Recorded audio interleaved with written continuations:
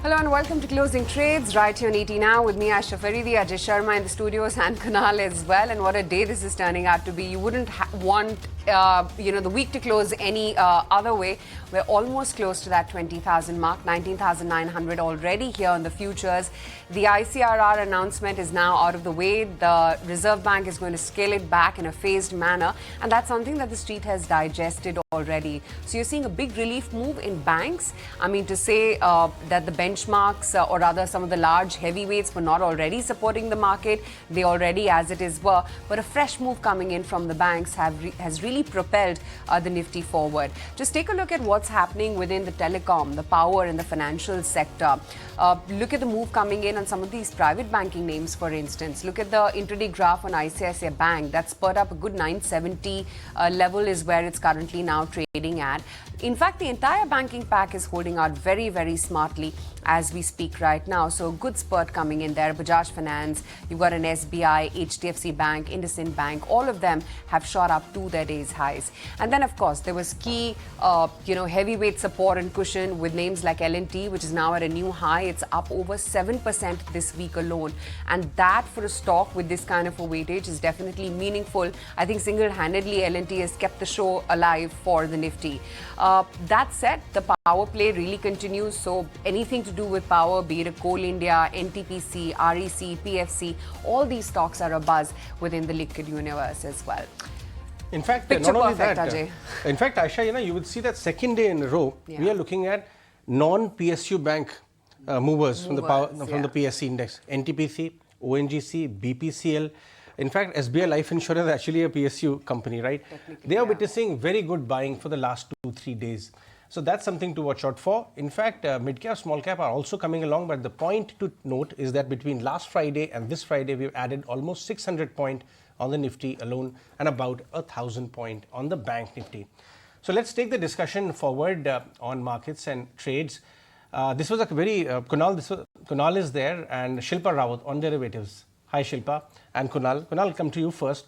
It's been a very, kind of a short and swift rally, both on the Nifty, Bank Nifty. If one has been able to catch it right, would you recommend booking profit going into the weekend, or would it be right to carry on your longs? I would advise to carry on the longs. I think the meat of the rally still not happened for the indices specifically. So when large cap stocks tend to participate, the rally sustains and the rally gets a lot more durable. What we would probably now see is hopefully that churn coming back, where possibly those high-flying mid-caps may take a bit of a backseat, or you might see some bit of correction or profit booking into these names, and the money moving back into those large cap names, because we are talking of the likes of ICICI Bank, HDFC Bank, etc., where these stocks have not rallied.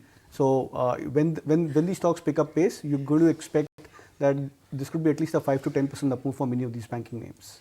Right. Shilpa, where's the contribution going to come in from? Afternoon, firstly. Well, of course, this week was all about L&T. Do you think now the private banks are going to do the heavy lifting? Yeah, definitely. Good afternoon, everyone. Rightly said, the heavy lifting is going to be done by the private banks now. Mostly the large caps actually in every sector. They have been underperforming the mid cap and the small caps. Now it's time for them to outshine. From here, I also believe that there's a rally that has just begun, mainly in Bank Nifty. If you compare the individual strike price PCR from 44,900 as of yesterday's closing, where individual strike price PCR was above 1, now it has shifted to 45,200 and 300 as well. So which means that we have shifted a base upside, and we are looking for targets of 46,000 to 46,500 on Bank Nifty very soon. Likewise, Nifty, we can see targets of 20,000 and 20,100 in a week's time. Kharbanda is also joining us. He's the Director and Chief Distribution Officer at Niva Bupa Health Insurance. Ankur, what are your thoughts? You are from the firm, of course, which looks at really long-term money. How's long-term money positioning in the markets like this, which appear elevated and frothy to some?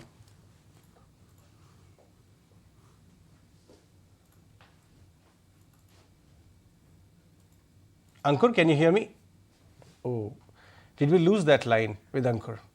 All right, till we get Ankur back, let's talk about Bank Nifty and the spike it got in the last 10-15 minutes. It did not sustain to that level, 45,200.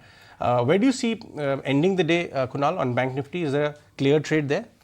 No, I would not expect the Bank Nifty to come back toward the intraday high if you ask me on an intraday basis, but I would definitely expect that this could be a strong breakout move for the banking index. So on the intraday charts, many of the put call ratios have gone into a bit of an overbought territory for the banking index, and that could probably be one of the major triggers why you may not expect the Bank Nifty to sustain the intraday levels. But yesterday and today we've managed to break and sustain about the 50-day moving average. Historically, that's been a very classical indicator of the Bank Nifty coming back to the previous high. So would be bullish on Bank Nifty on a positional basis and expecting at least another 1,000 point to 1,200 point uptick. Okay, let's address a couple of stocks in news as well, right? So there's HEG, which is in focus. InCred came out with a note. It's an ad rating target of 2462 on HEG. That stock has spurt up a good 4.5% on 2.25 million shares traded at that. And they're saying that it's a 6% volume CAGR that they see over FY24 to 26 on this one. Cochin Shipyard, this has really been the star performer all through this week, right? And Kotak has come out with a recent note saying that very encouraging comments from the Chief of Naval Staff. Case for repeat IAC order is now only strengthening, and that's Cochin Shipyard. Remember, yesterday it was up about double digits, right now holding up 6.5% as we speak.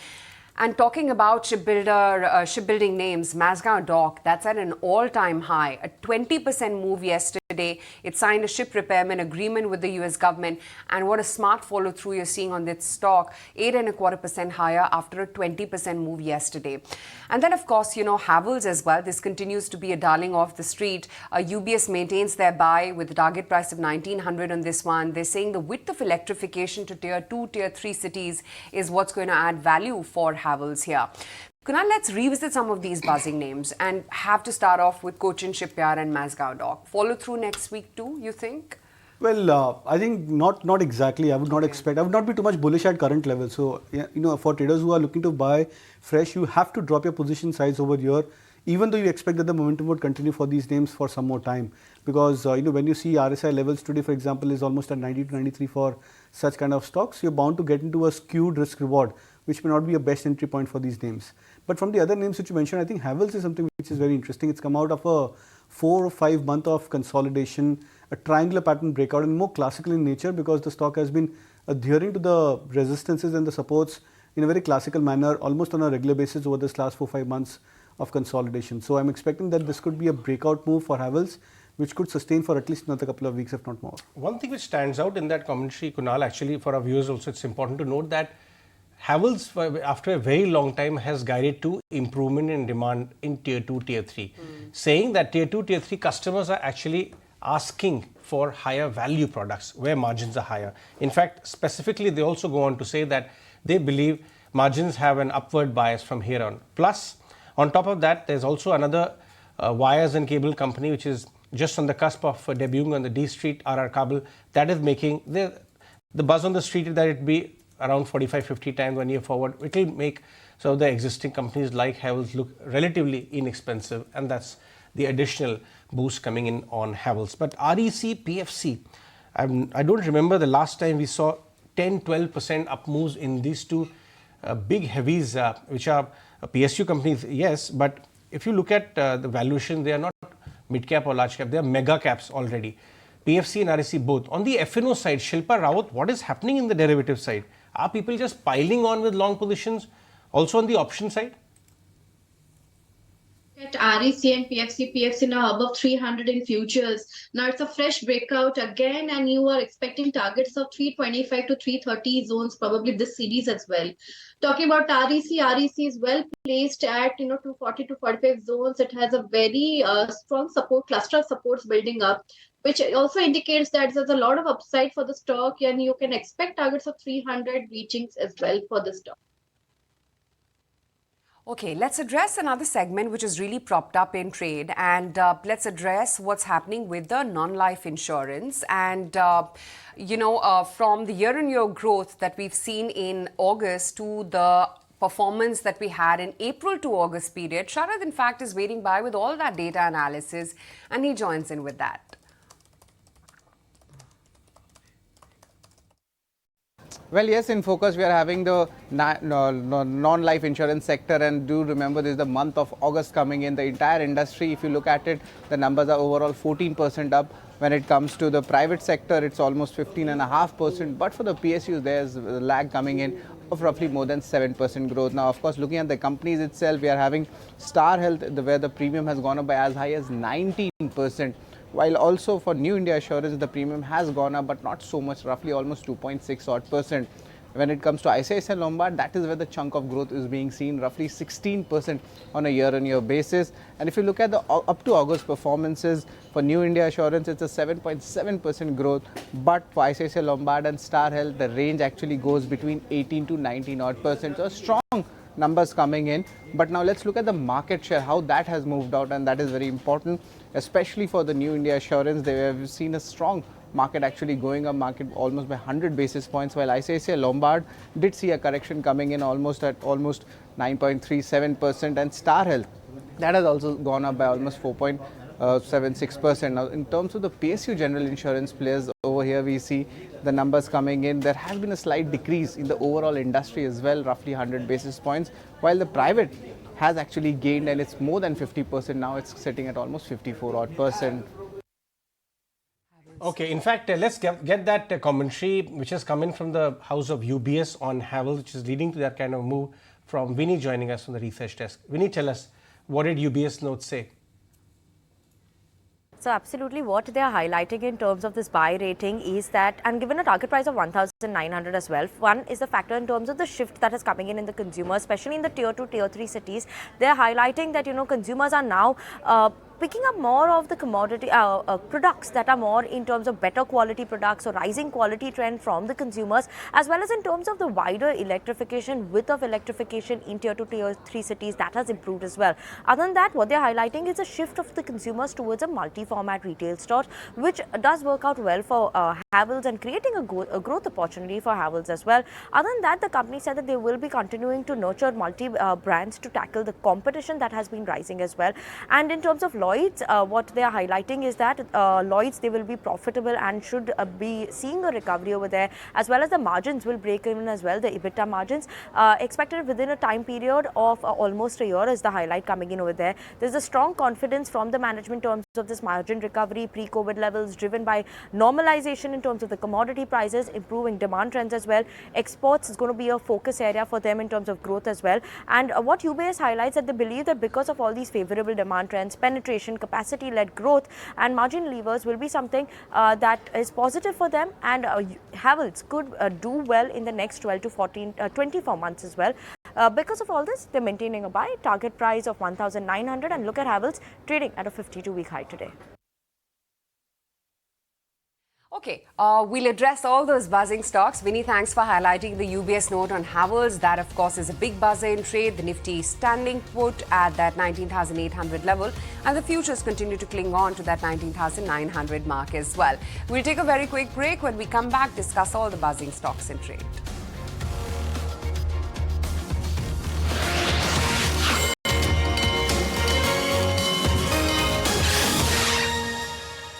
Vinod Karki, Head of Strategy at ICICI Securities, is here with us to talk fundamentals of the market. Vinod, thanks for your time. We've been reading and even listening to a lot of your peers from the industry, be it buy side or sell side, on caution which should be exercised on the small cap and mid cap side of the market. But what does pure data say? Has the valuation of say BSE 500 or mid cap or small cap indeed become quite premium to the large cap universe, or not yet? Yeah, thanks, Ajay. So the way we look at this whole broader market thing is that while if you look at just the valuations, the mid cap, small caps are around. I mean, if you look at it from a trailing earnings perspective, they are reaching the valuations of large cap more or less. So there is no spread between a mid cap, small cap over large cap broadly. But what is also important to note, the way the economic recovery is happening, the cyclical recovery is happening. If I were to look at some of these mid cap, small cap, their earnings growth will be also far superior to the large cap. So that's where the dilemma is basically. While the mid cap, small caps have outperformed significantly and leave very little room in terms of valuation gap, but the way the whole the investment cycle, real estate cycle, the capex cycle, infra, manufacturing, all that is picking up along with this discretionary consumption. It's possible that this space, not everything, but largely the index, if I look at it, if I look at the consensus numbers, it's expected to grow faster than Nifty. So it's that. I mean, it's a classic dilemma where valuations are not giving you any marginal safety, but then it will grow faster.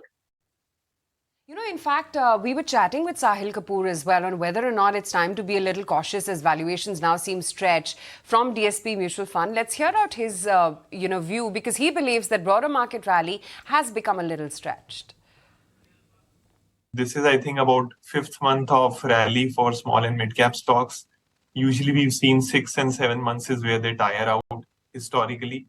Second, when you look at, let's say, the weekly momentum oscillators, for many of them, they are hitting extreme readings. We haven't seen them for a very long time. A third, of course, they have exited that cheap valuation zone that they were at the beginning of this year. They are no longer there. Thirdly, I think when you look at the market as a whole, when you look at the large caps, they are also not in the cheap zone anymore, right? So when we were at 17,000, there was a clear, comfort in terms of valuation. That comfort is no longer there. We are now trading in the top decile valuation that we've seen for Nifty for a very long time. So the conclusion is, I think right now we are hitting some sort of extremities. It's good to be cautious here, exercise caution rather than adding your incremental rupee to equity investments. You could probably look at multitude of other opportunities. Right. Vinod, if I could just get back to you, in continuation with the view that we just heard from Sahil Kapoor as well, what are the frothy pockets from within small caps? And then should one be taking some chips off the table in that case? Well, I think as whole theme, it is, I think that index from March low, if you look at, let's say, the small cap, micro cap, it's 50% up. So I don't think there's anything as an exception. I mean, everything is rising over there, it seems. So I think, and there is absolutely, as I said, there is no valuation gap right now. But the point is, we have seen it in history that growth is what, and earnings surprise is what drives stock market and stock prices, even if they are expensive. But if surprises, the growth cup keeps coming in, then valuations can remain higher. Basically, that's the point. So we are not saying that the valuations will start falling, because that will fall only when the economic cycle reverts, basically, and starts falling. The economic cycle starts falling, earnings disappointment starts coming in, and that's where we typically see the P contraction, basically. So it will all be a function of earnings, how they pan out. If earnings keep surprising, then very difficult to say that P valuations will contract. Let's talk about the power space, especially PFC REC. 10-12% move.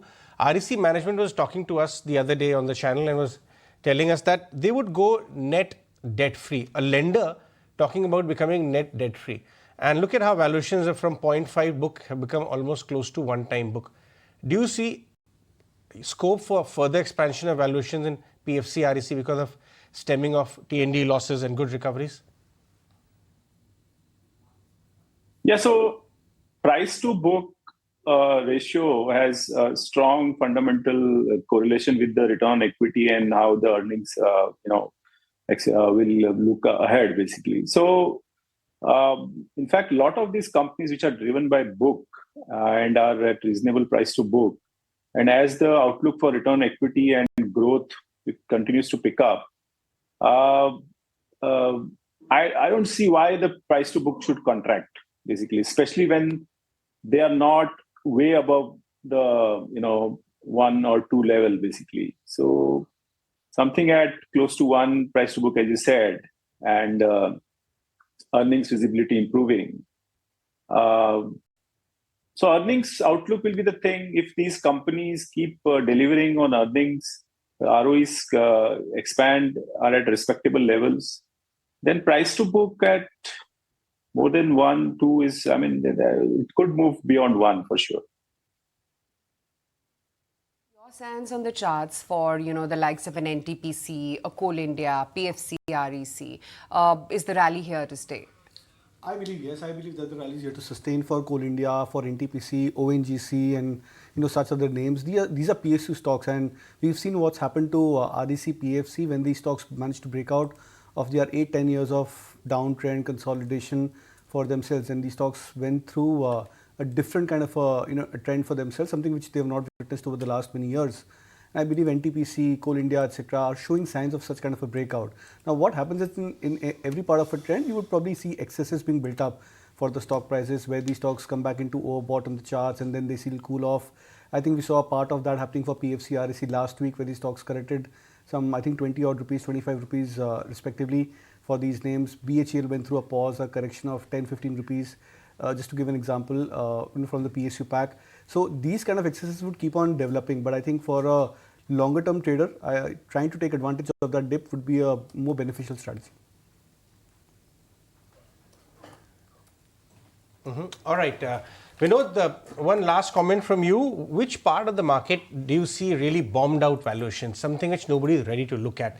People are completely written off in the market. So we actually wrote a report recently on the valuation thing, and that's what we made out, that since calendar year this year, the number of investable value stocks, as we call it, basically companies which are at least for 13-14% plus ROE and available at earnings yield more than bond yield, which is a classic parameter for value stocks. Out of the top 1,000 companies, we had 17% of the universe exhibiting these traits. That has fallen to 10%. So the universe of value stocks is falling by the day, and so there is nothing which is bombed out, I think, as of at this point in time. Everything is rising, and which is a typical bull market scenario where everything keeps rising. So you have to keep looking at sectors where the growth continues. You continue to get surprises, because that's where these valuations will continue to expand. But having said that, if I look at the fossil fuel energy ecosystem, be it oil and gas, coal, or the power generators, and all these companies that just spoke about, these are still giving you decent value, I think. There are financials which are at reasonable valuations, and some of the commodity companies still offer valuations which are reasonable in my view. So these three spaces, I think there is still value, but nothing is, I would say, out and out bombed out or anything like that. Vinod, great to have you on the show with those quick comments on the markets and various sectors as well. Good to speak with you as always. Let's just revisit what some of the closing strategies are as we step into the last half an hour of trade this week. Shilpa, what's on your radar? I'm looking at Petronet right now. Petronet futures trading at around 251.25 here. I believe it has a very beautiful consolidation now happening, and with a stop loss of 245, one should look for targets of 265 to 270 in a couple of sessions. It is very well placed. The other one would be a buy in Concord. Concord also futures trading at around 712 right now. It is also very well placed with a support at 700. Put writing is very aggressive out there. So that can be a very ideal support. And from here, look for targets of 745 to 760 zones. What about your closing ideas? That'll be ICICI Bank. I think private sector banks making a comeback should be added advantage to the bank Nifty. And I think after yesterday's buy on HDFC Bank, it probably gives a sense to even add up to other private sector banking names. So ICICI Bank is something which I'll pick up. Okay, on that note, we'll slip into a very quick break, but stay right there. We'll have Sudeep Bandyopadhyay as well join in to track the last half an hour of trade this week.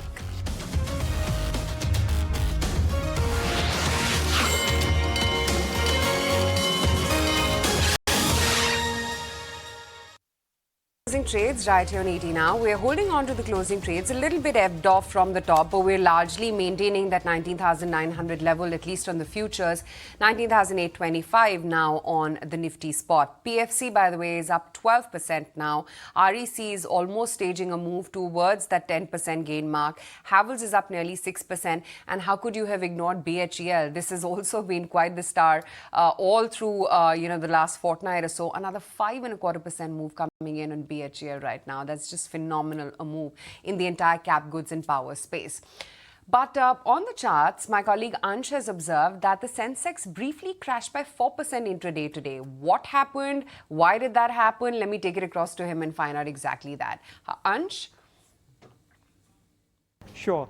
Sensex futures on its expiry today gave an unexpected 4.2% nosedive, that is down move at 10:35 a.m. for a minute. As you can see on the chart as well, the contract quickly bounced back and started trading at the same level as if it never happened. Our market sources has confirmed that it was not a glitch but a genuine move.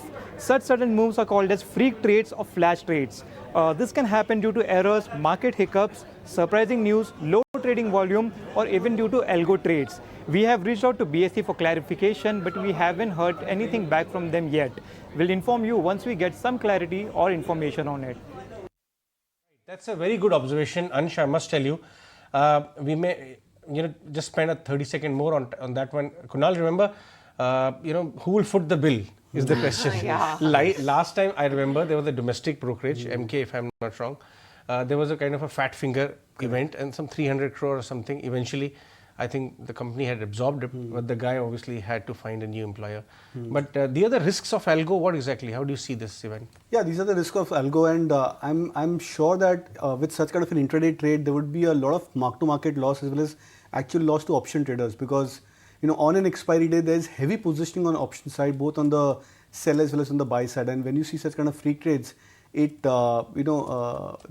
just blows out the risks for many institutions who've been writing options or call or put options depending on the way the free trade they tend to move. So I'm pretty sure that would have triggered also during the day.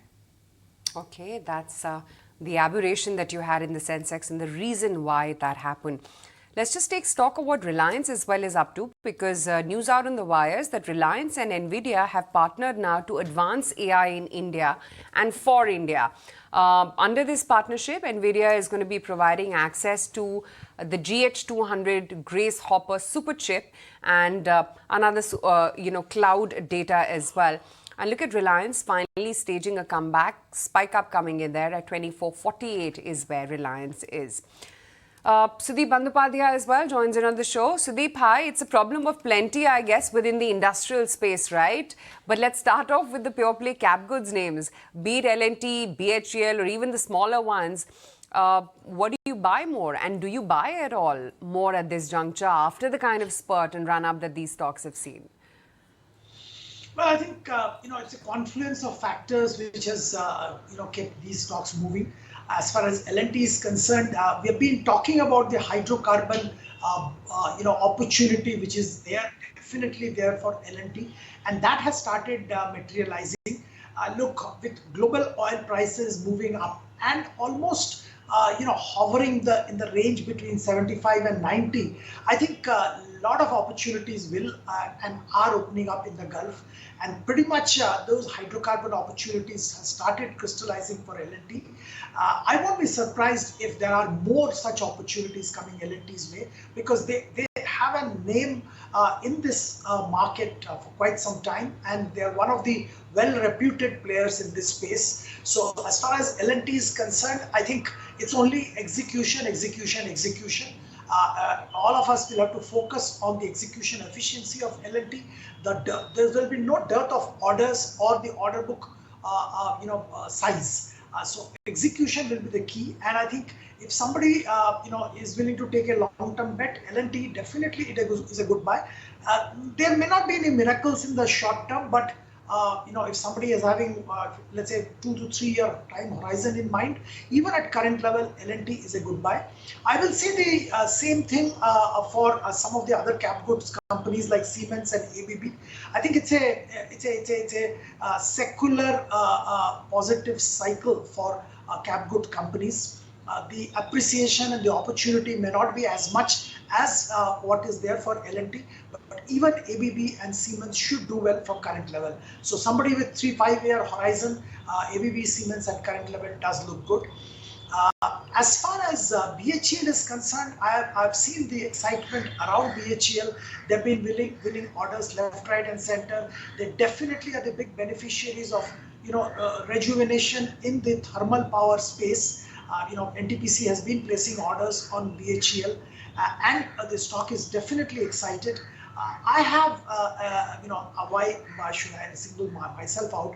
Pretty much the entire market has very negative, experience with BHEL over many years. The execution always is a problem, and I will be very cautious. The large order book probably doesn't mean much unless it's properly executed, and we'll have to wait and watch. Now, this order book doesn't translate into immediate revenue. It will come only over a period of time, and it all will depend on the efficiency of execution. So while it is good, I don't think I will recommend buying into the BHEL at current rates. In the last month or so, there have been a lot, not just a 32,000 crore potential order for L&T from Aramco, but there have been a lot of mid-tier companies. Voltas, of course, is also one which has exposure to the Middle East. The sense is that bin Salman, the Saudi chief, would also be visiting New Delhi after this G20 meeting and have their own Saudi or Middle East India investment forum of sorts. You have spent a lot of time in the Middle East. If I'm not wrong, you do have an office in DFC as well.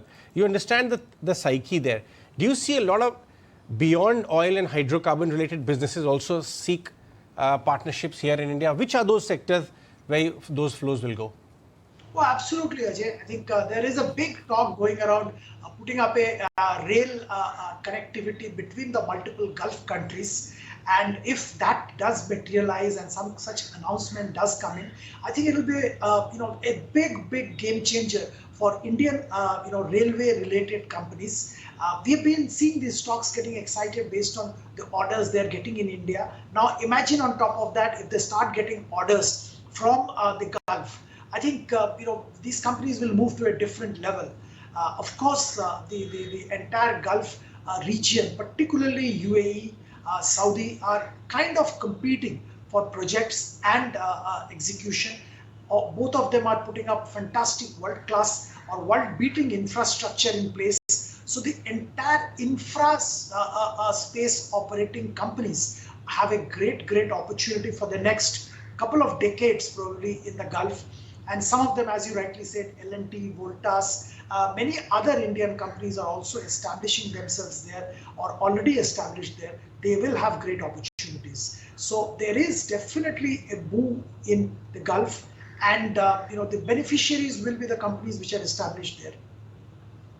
Okay, let's get in some buzz as well across dealing rooms as we begin winding up for the day. And Sharad is here. Sharad, I believe Happiest Mind is the stock that dealing rooms are a buzz about. Yes, a buzz coming in the mid-cap IT space, and we are having Happiest Minds, which is in focus. And what we're hearing from the dealers is certain counters, FI buying is being seen. Now do remember, overall, if you look at the volumes also, that has come up almost 6 times its 20-day average. And interestingly, in today's trade, an important technical indicator also is crossing. That's roughly the 50 DMA as well. Now also do remember that roughly FPIs are having 4.5% stake in the company, and the key FIs already invested in the company includes the name of UK-based Plutus Wealth as well. Now company is also expecting on the long-term basis that they'll be able to touch the $1 billion revenue mark by the year 2031 itself, and in the month of October they will be actually giving out their guidance also, especially on the mergers and acquisition front as well. Thanks very much for that. Happiest Mind. Look at the long-term chart. It has the shareholders were very happy when it got listed and sometime later as well. But there was a very marked derating of the stock afterwards. Look at the 5-year chart and you would see where it has gone and come back. But it appears that institutional interest is coming back gradually. Also, pull up Bombay Burma. That stock is almost 15% higher now. Yesterday, if you remember, Bombay Dyeing was rallying in trade. Today, it's the holding company Bombay Burma which has shot up 15%. Well, the trigger is that last of the marquee and large plots in the most poshest area of Mumbai, which is Worli, is being sold off, and the Wadia family via Bombay Burma and Bombay Dyeing has a big share out there. The arrangement has happened, and Sumitomo, the global chemical major, will be picking up that.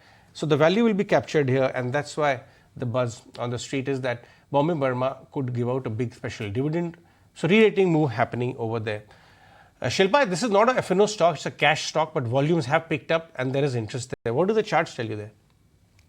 If you look at Bombay Burma, like we are looking at the charts right now, it is well poised for targets of 1345 to 1360 on immediate basis. And if we sustain that, then extended targets of 1445 to 1500 zones opens up. Okay, Sudeep, do you have interest in any of these? Because this is becoming a challenge now for market participants to look for value. And it has come down to that level.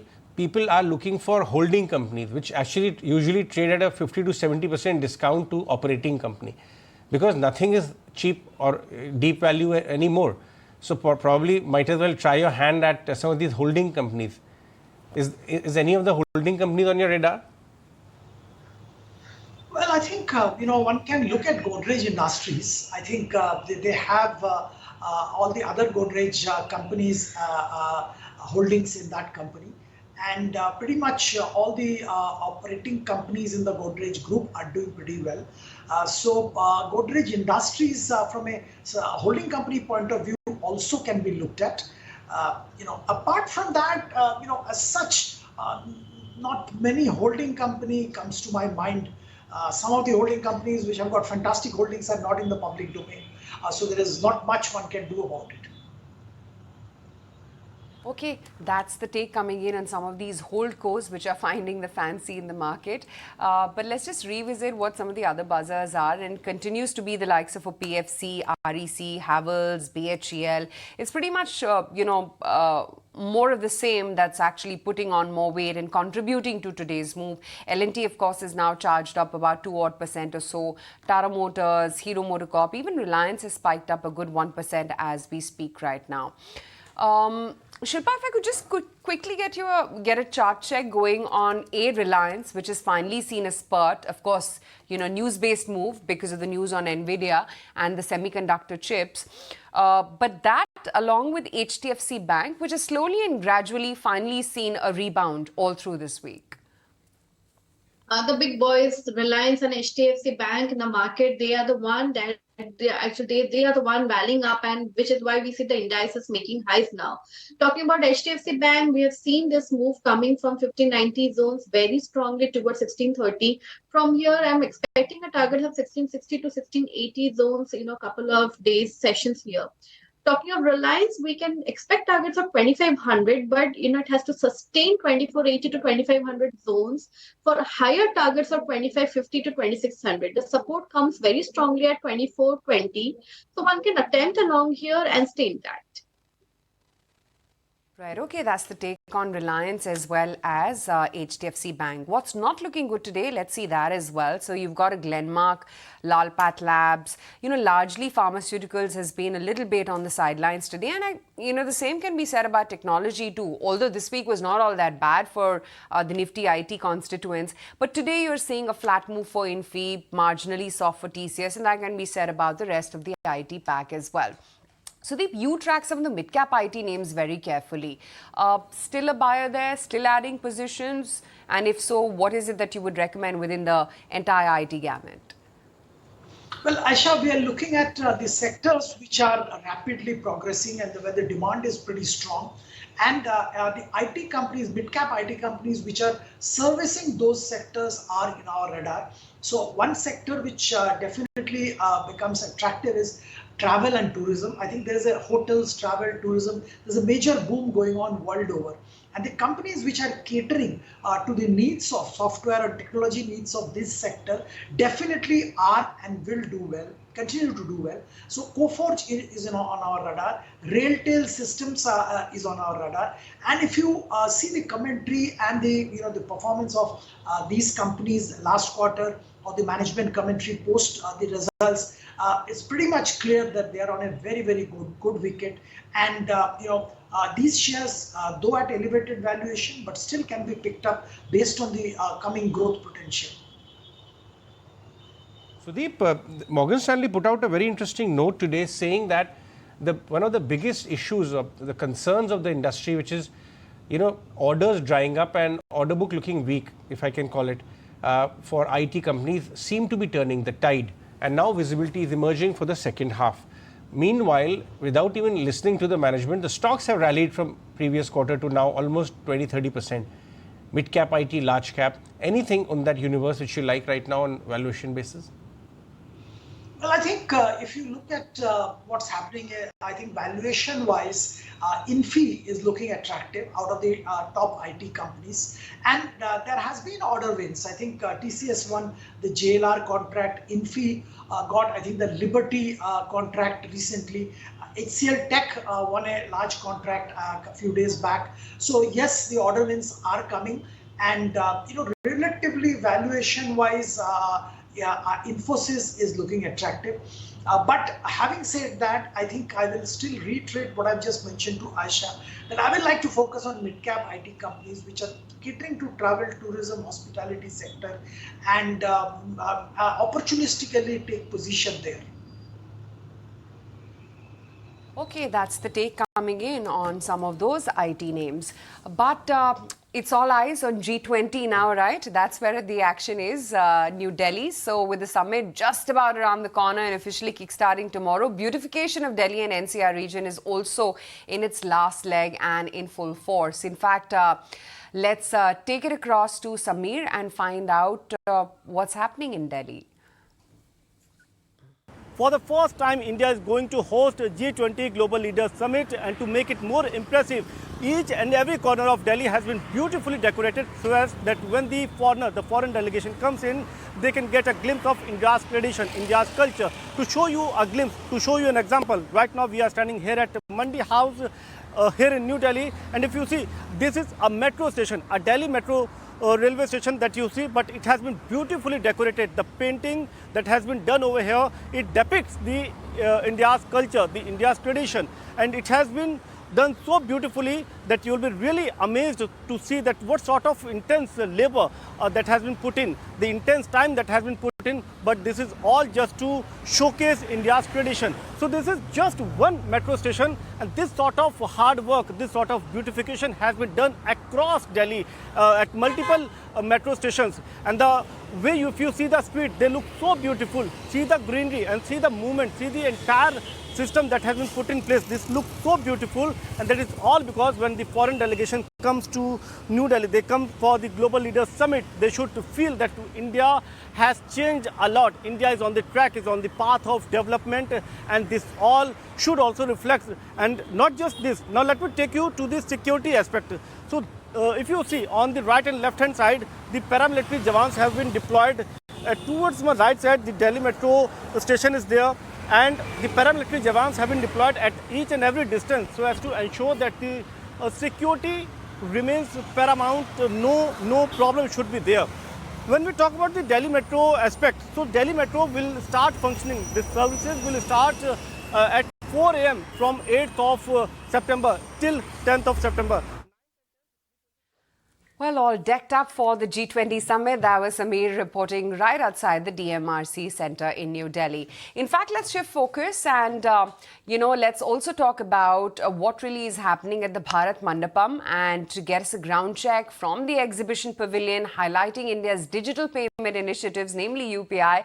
Let me take it across to my colleague Subit Chaturvedi. India has made huge strides in digital infrastructure, and here we are at a pavilion that showcases India's might as far as Digital India Experience Zone. It's there. Digital might is concerned. It's showcasing how and why India has done so well in digital landscape.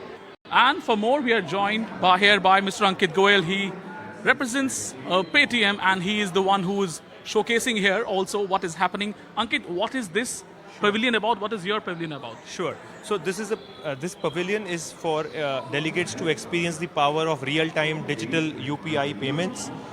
This is a mock of a merchant store. Think of it like a retail store where a merchant has showcased its products. a delegate comes over here and chooses a product of their choice. They are able to choose the product in real time. They are able to complete the transaction all in a click of a button. So this is a verbal confirmation comes.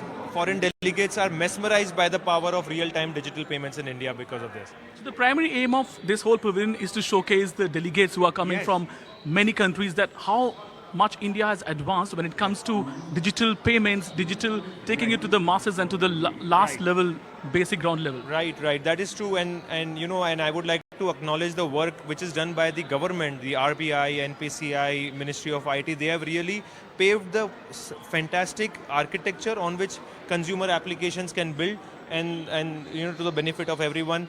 Thanks to this, UPI is now being exported as a product, and other countries like France, Dubai, UAE, etc. are now starting to come on the UPI bandwagon.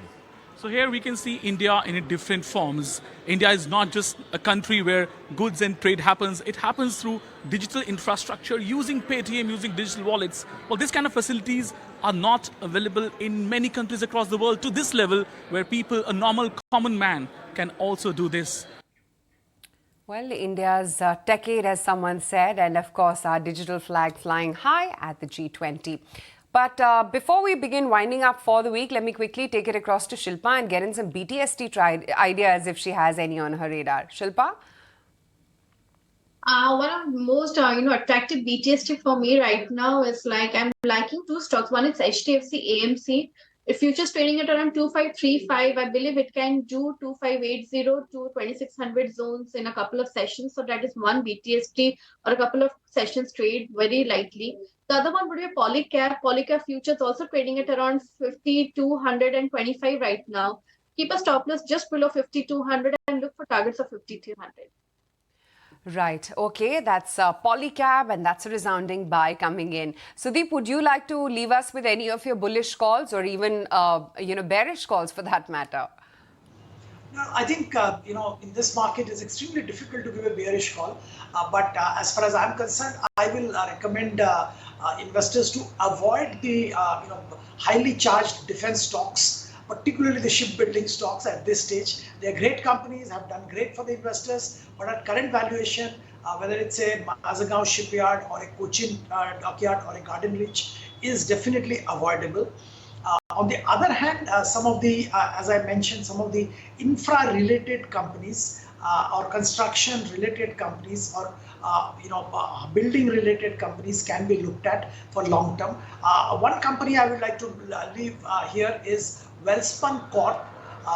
Welspun Corp is one company which share price haven't moved up. They're leaders in pipe in multiple geographies, and this is one space which should probably going ahead attract a lot of attention. I must confess that I have advised the similar thing to my other investors as well. So I am keeping the disclosure right ahead. Okay, thanks as always for that, Sudeep. We'll let you go on that note. Shilpa, thanks for taking time as well. Let's begin winding up for the week, and what a week this has turned out to be for the equity markets. I mean, to think of it, we've managed to eke out some stupendous gains. The Nifty's managed a gain of about 2%, the Nifty Midcap 100, 4%, and Small Cap 100, 3.5%. If you just talk about the weekly return, it's actually Nifty Realty which has given you a return of about almost 5% there. Nifty Energy has scaled up 4.25%. Nifty PSU has seen a phenomenal move, 3.6% higher there. Nifty IT as well has been a rank outperformer. It's actually FMCG and Auto which have been relative underperformers at best. Talk about today's move, and we're closing sub the 19,900 range, so couldn't quite latch on to the day's highs, but nonetheless a 0.5% gain is not bad at all. Of course, within the liquid universe, it was really all about power. PFC, REC have seen some phenomenal moves. NTPC, Coal India, they've held out very, very smartly. BPCL, Tata Motors, L&T. And then, of course, there's been BHEL, Chola Finance, Havells. Those have been all the actionable liquid movers today. Well, that's pretty much it on this edition of Closing Trades. Thanks very much for watching.